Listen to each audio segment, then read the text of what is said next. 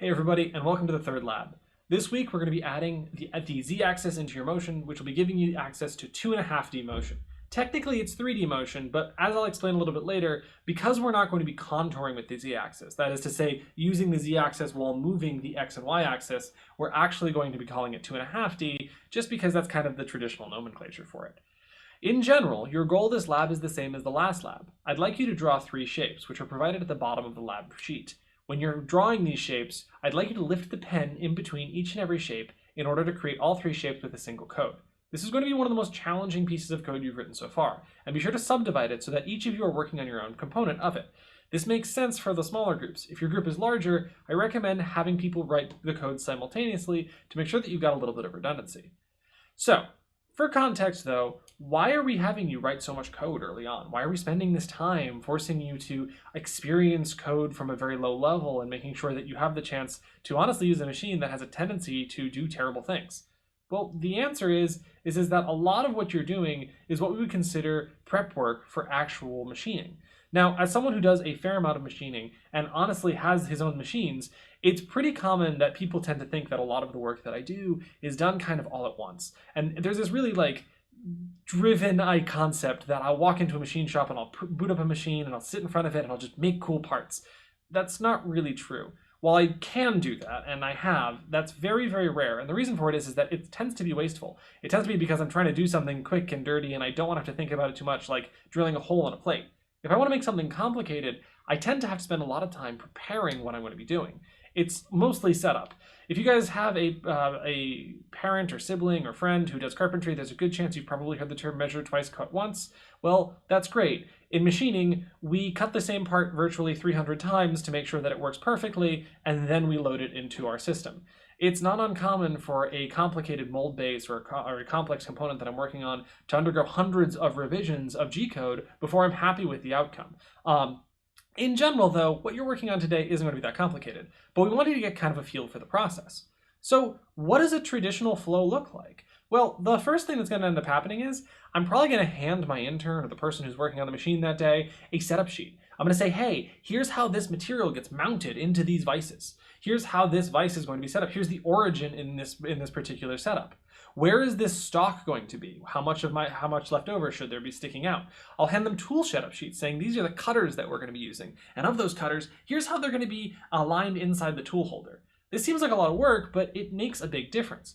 When you have complex parts, you want to make sure that nothing can go wrong. And everything is a trade-off. You want a level of high precision and high rigidity, while at the same time you want good flexibility in how you're approaching things. Truly skilled machinists, and I do not consider myself among those groups, will talk about things like the vibration in the mill itself, and will spend extra time developing special clamping fixtures to ensure that the part doesn't shake so they get a better surface finish. Now, if you have a big enough and heavy enough mill, like I do, you can just kind of cheat and run at whatever speeds and feeds make sense for the material that you're running. But really experienced people, you can kind of tell how clear and how careful they've been in all of the setup that they've gone through in order to make the part that they're working on. This saves not only it only produces great parts, but it also saves a lot of trouble in the future. It's not uncommon for a young machinist, and I will be the first to admit that I do this still to this day, to crash a machine. And what that tends to involve is that they won't be paying attention to where the bit's going, and then they'll shatter that bit. The end result of this can be relatively expensive. Larger end mills can cost hundreds of dollars, and specialty end mills can cost thousands. Some of the more complicated threading inserts that I have, they are actually some of the most expensive tools in my shop, despite being very, very small. So we want to be careful with the tooling that we're working with. Now on your mills, the only thing you're going to be risking is going to be a pen, so I'm not too worried about what you'll be doing on this. But it is important to start thinking like an engineer and realizing that prep work and preparation is a huge part of this. If you guys take the class after this, you're going to learn a lot about fixturing and how parts are held in place and how we do our best to make sure that these components work well together. But for today, what I want you guys to focus on is what it means to set up a mill and kind of why we focus on how the coordinate system of the mill works. So far, you've been kind of running your mill blind. You have your pen in space, and it has a coordinate system. In general, what you guys have kind of just agreed on, because this is how we've decided to work as a class, is that the initial location for the pen is just 0. But why is it 0, and why is it not, for example, 1 or -1? What changes what values this is? Well, in reality, the interesting thing about this is technically nothing. The mill has the mill and the CNC blocks we're working with has no concept of space. It only has a concept of how the part is moving relative to a coordinate system you provide. This is why a great number of you today are going to take your pen and bury it into the piece of paper that you're working with. It's not because you've done a bad job, however, it's probably because you haven't figured out exactly how to set up this coordinate system. In machining, the home coordinate system is called G54. This is already set up in your code, and if you look at the setup line, it'll say that it's using the G54 location as its initial origin and location point for this part. This is called the work offset, and what it literally does is it specifies where on the piece the origin is. In your case, when you turn your machine on, the G54 is right at the location that the pen starts at. For today, I want you to keep this in mind. As you start to move your pen around, the idea is going to be relatively simple. Start at your initial location, your 0, 0, and then from there, lift the pen.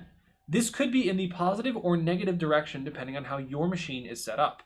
Some have a flipped axis, which is to say that if you lift the pen into the air, it's in the negative direction. You'll have to experiment early on to figure out exactly how this is. Once you've lifted the pen, move to the location where you wish to draw your shape, and lower the pen back down to 0. This is a nice, easy way to ensure that you've got a good, clean setup. In the real world, we'll use what's called a probe, or in the real world, in the lab next to where you're currently working, we'll use what's called a probe. And the probe will actually be mounted in the spindle and will actually touch off the part. What the result of that is that it has an exact location for 0 every single time. In this case, your in-person individual is going to be taking the time to actually make sure that the pen is properly aligned on the system, and then make sure that it actually is in contact, and good contact, early on. That's going to be your 0 location starting out, and you can use that as your reference for the rest of the time. Now, the trick here is that once you start drawing, make sure that you can lift the pen back up again. I don't want anyone burying their pen into the paper, because you'll end up damaging the tip, and then I'm going to run out of markers, and I've already run out of more markers than I want to admit to this week. All right, so what makes all this possible, and why are we just now kind of getting into the z-axis? Well, just as a heads up, the way that all of the systems that you're using this week are running is via a system called Gerbil, or Gerbil, depending on who you're talking to, and they're all being run off of a simple Arduino. Now, the reason that I'm bringing this up now is because there seems to have been some confusion about what these machines can do. By and large, I've seen a lot of people trying to feed a lot of commands to the system very, very quickly. That's fine, but the problem is that this machine isn't very smart. It's really a discrete controller, which is to say that it controls things over a very small slice of time. To describe this kind of in a way that was described to me when I was learning about how these controllers worked, imagine that you've got a hallway in front of you, and in the classic horror movie way, the light in that hallway begins to flicker. If the flickering rate is incredibly slow, you're going to have a large period of gaps between when you're observing the hallway and when the hallway is basically completely obscured from your view. Now, as this speeds up, as this flicker gets faster and faster and faster and faster, eventually you're going to end up having what is effectively a continuous light, and you'll be able to move around. If you guys have ever experienced a strobe light, kind of turned up the strobe on that system, you've probably experienced this feature. This is all around us in the electronics that we work in, but in particular with the Arduino as we use it, because it's issuing commands in a discrete fashion. Just as a heads up, because I found this really interesting, this is a problem that we find all over electronics, and it's actually the root of a lot of minor concerns. For example, fluorescent lights all flicker with a consistent hum. If you're a bird, which none of you are, but this is just kind of an interesting aside that I've always kind of enjoyed, birds actually see at a higher frame rate than humans do, because the refractory period of their eyes is much lower. They need to be able to move faster. And as a result of that, our lights are always flickering to them with that 60-cycle hum that we see in our traditional lighting. This is always kind of fascinating me because a lot of animals have this problem. It's why they have an aversion to specific kinds of light. It's also why we as humans will sometimes get headaches under fluorescent lights, because some people are more sensitive to this hum or flicker than others.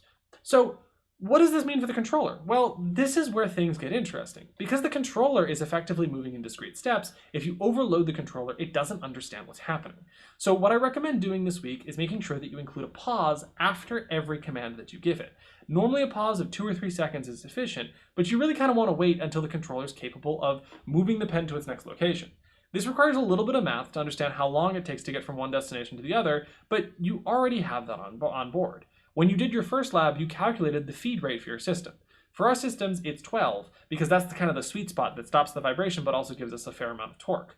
That speed means that it takes 1 minute to move 12 inches. Or excuse me, it takes 1 minute to move 12 inches. It shows how quickly I remember what feed rate is per inches per minute. And so with that in mind, if you're moving half an inch, how much time are you going to need to ensure that your system has the time it takes in order to move to its next location? This may not seem like a big deal, but this entire system is based on a series of pulses, and we have to be careful for how it works. I want to clear up also that there was some confusion on the first lab about how the stepper motor's resolution worked. Now, the system itself is effectively a threaded rod connected to a stepper motor. I'm going to start out with the threaded rod because it's probably the easiest to visualize. A threaded rod is exactly that. It's like a screw. And in general, it has a pitch to that screw. It has a certain number of threads per inch. In this case, the threaded rods we are using are 1/4 or 1/4 inch wide rods with 20 threads per inch. That is to say, it takes 20 rotations for a nut to travel 1 inch on our system. This is effectively just a large inclined plane, and it's why we can use this. This is really helpful because if we have a very high resolution motor, specifically a motor capable of going in small portions of a rotation, we can hypothetically get very high accuracy, even just using these simple components.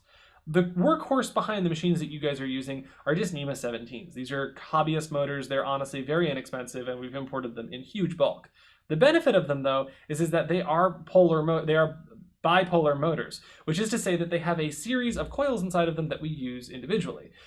For context, though, for those of you who are not in class, I want to bring your attention to how these motors work so you get kind of a clear idea. These motors are specifically 200 steps per revolution. That is to say, if I make one step with the stepper motor, it moves 1/200th of a total rotation. And it's incredibly repeatable and incredibly accurate. The higher the speed that I drive this motor, the more likely I am to accidentally miss some steps. But at the end of the day, this level of accuracy is kind of unheard of historically. And these are something that you can buy off the shelf. I think they're like $4 or $5. So they're relatively easy to work with. All right. The way that they do this, though, the way that they maintain such high resolution is by cycling through the coils in the system. While a traditional motor, like a DC motor that you've seen before, will use an induction current to actually cause your system to spin around, these systems are actually using basically and here's where I'm going to end up failing in my own description. I just freaked myself out. These motors are actually going to be using a patterned command through my entire system. At one point in time, I should remember, I can just edit these, but I probably won't because I'm far too lazy. And as it steps through each location, it'll rotate the central portion of the motor by a single step. In general, this is a highly repeatable process. What the Arduino and the CNC, the Gerbil controller that you're currently using is doing is it's just going through the 4 wires that are currently mounted in your system and aligning the center of the motor with each of those locations. As we go through each coil, we can move forward by some small step. So when you tell your motor that you'd like it to travel 1 inch, it understands that in order to do that, it has to travel 20 rotations at 200 steps per rotation. And at that point in time, it says, well, I need to take 200 times 20, and it sends that number of pulses to the system. The downside is that when the Arduino is doing this, it can't do anything else. It's so focused on turning that light on and off that it can't hear other commands. Your system has a buffer, so it will hold some of them in place, which is why you've been able to draw the very simple shapes. But as we start to build these more complex shapes, you're going to find that this is a pretty heavy limitation, because the system just isn't smart enough to realize that this is an issue. Because of that, make sure to include those pauses. It's going to be the largest drawback for most of you guys as you move forward. The shapes you're going to draw are also going to be kind of interesting this week. I'm asking you to draw a series of multi-sided shapes. We've got everything from 4 to 6. And so you've got a square, pentagon, and a hexagon. Hopefully nothing too complicated for you guys. But you'll notice that this time I do not give you specific dimensional structures other than side length. And the reason for this is that I want you guys to figure out exactly where those points are in space such that you can draw this drawing exactly. This will require some trigonometry, but it shouldn't be too much of a challenge for you guys.